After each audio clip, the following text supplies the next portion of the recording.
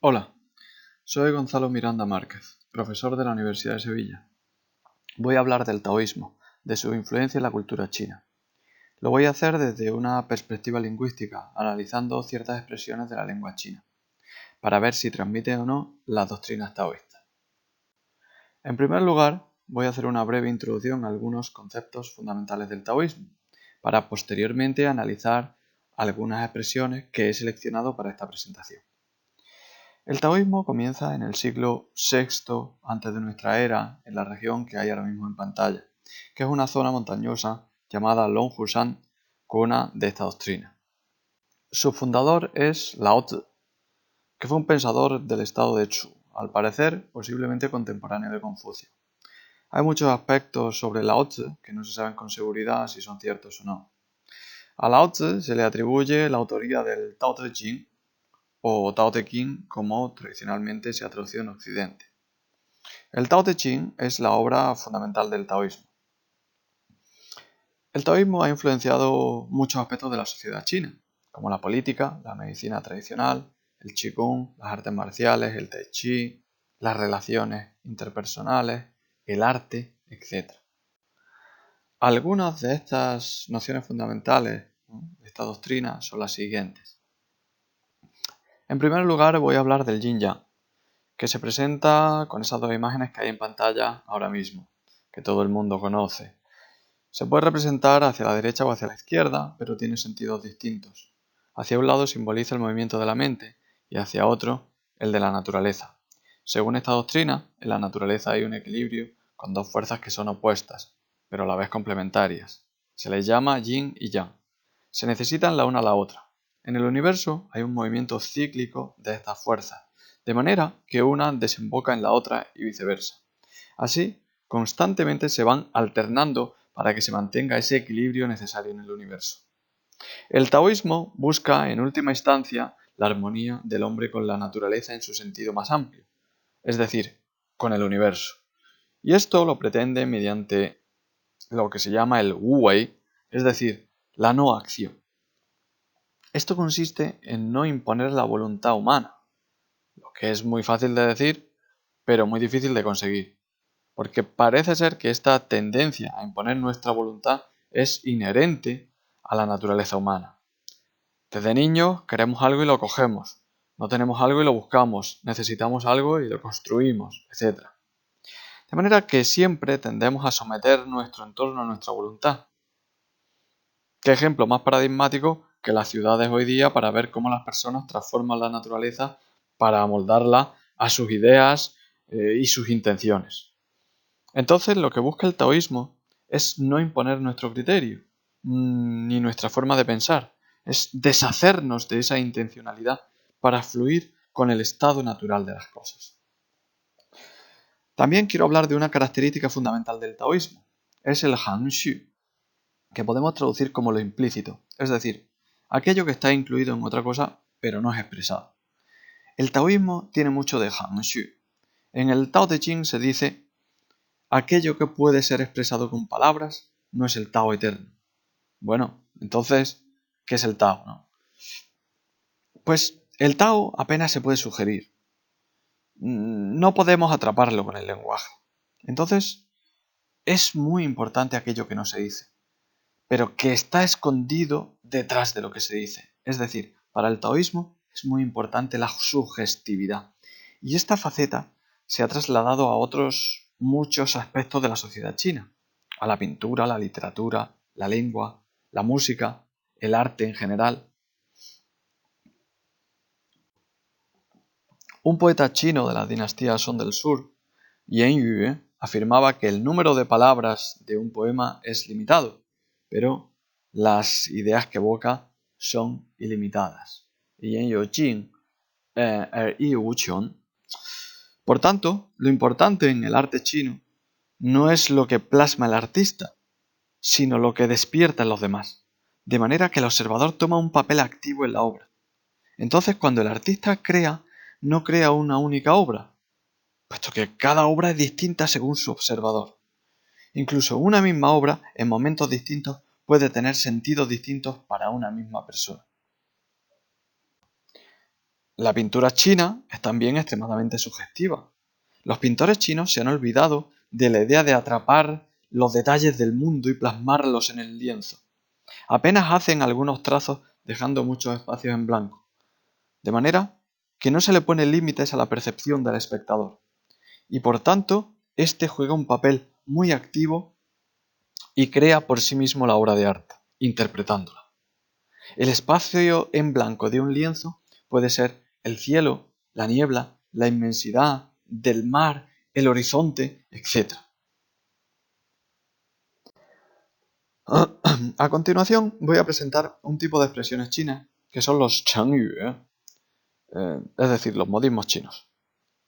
Son un tipo de expresiones fraseológicas usados comúnmente y que presentan una estructura fija, con gran estabilidad y cohesión entre sus partes. Su significado, evidentemente, no puede extraerse de la suma de significados de las palabras que los forman, es decir, tienen un sentido idiomático además del literal. Los sinohablantes usan estas expresiones para dar su opinión de forma rápida y precisa. Hay una gran cantidad de modismos en lengua china y su uso se extiende por todos los registros lingüísticos. He seleccionado 3 modismos.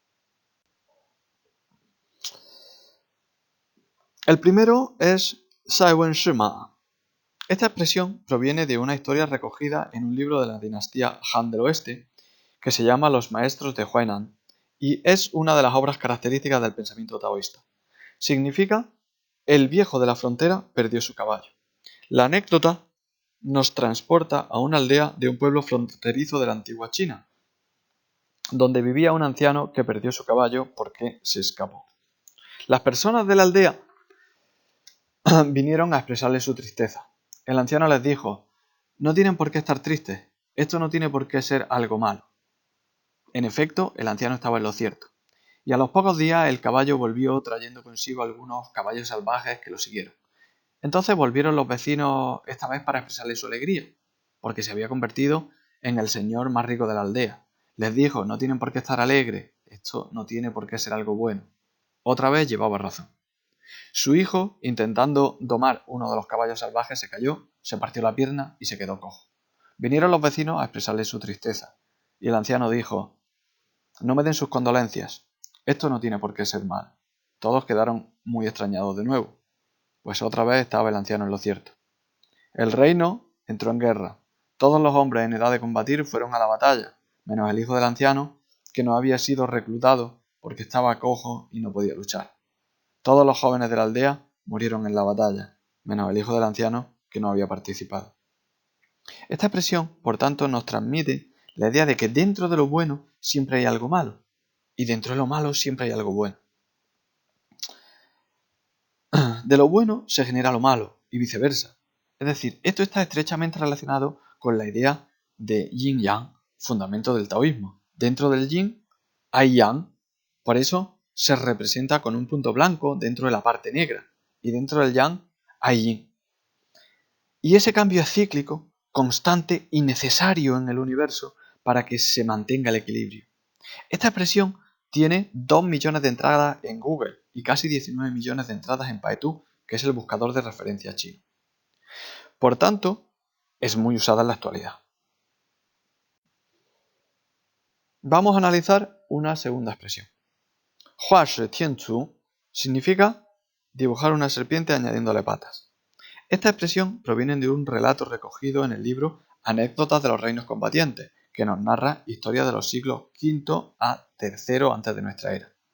Tiene casi 2 millones y medio de entradas en Google y casi 32 millones de entradas en el buscador chino de referencia. Por tanto, está constantemente en boca de los chinos. Y la historia hace alusión a unas personas que querían ver quién dibujaba mejor. Entonces 2 de ellos se pusieron a dibujar una serpiente cada una en el albero de una plaza, mientras los demás observaban. Uno de ellos tenía ya casi terminada su serpiente. Miró al otro y vio que prácticamente no había empezado. Y como tenía tiempo suficiente, se puso a añadirle detalles a su dibujo. Escamas, ojos, lengua, colmillos, etc.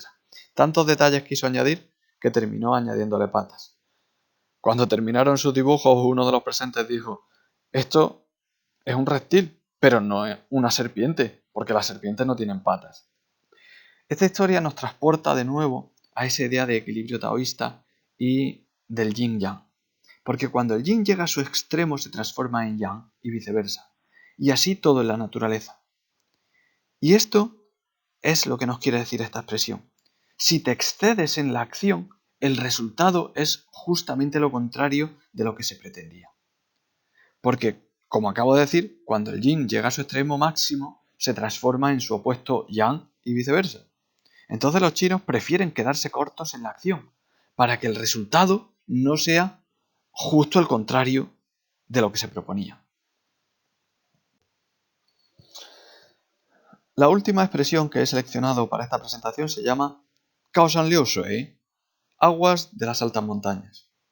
Está recogida en el Liezi, un libro del siglo IV a.de nuestra era, que también es una de las obras más representativas del taoísmo.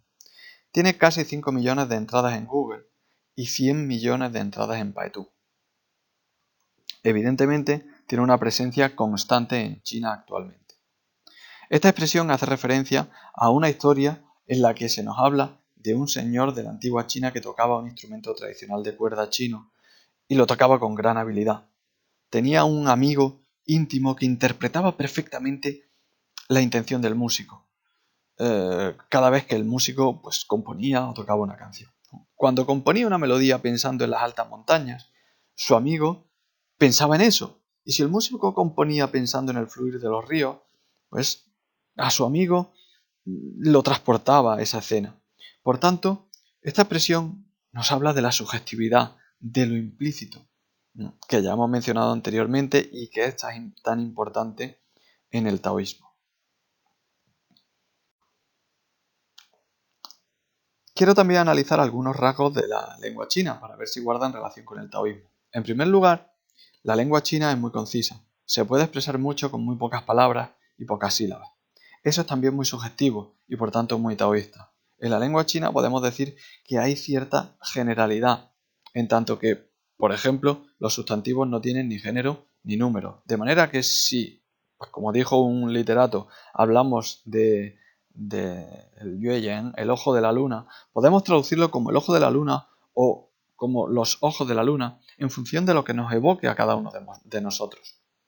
De forma que la propia lengua permite que cada uno tome también un papel activo e interprete lo que, como hemos dicho, es muy taoísta. Los modismos chinos, casi siempre de 4 sílabas, son extremadamente concisos y por tanto expresan mucho con muy pocas palabras. De modo que, para concluir, no me extiendo más, diré que pienso que el taoísmo está muy presente en la sociedad china actual, aunque los chinos no siempre sean conscientes de ello.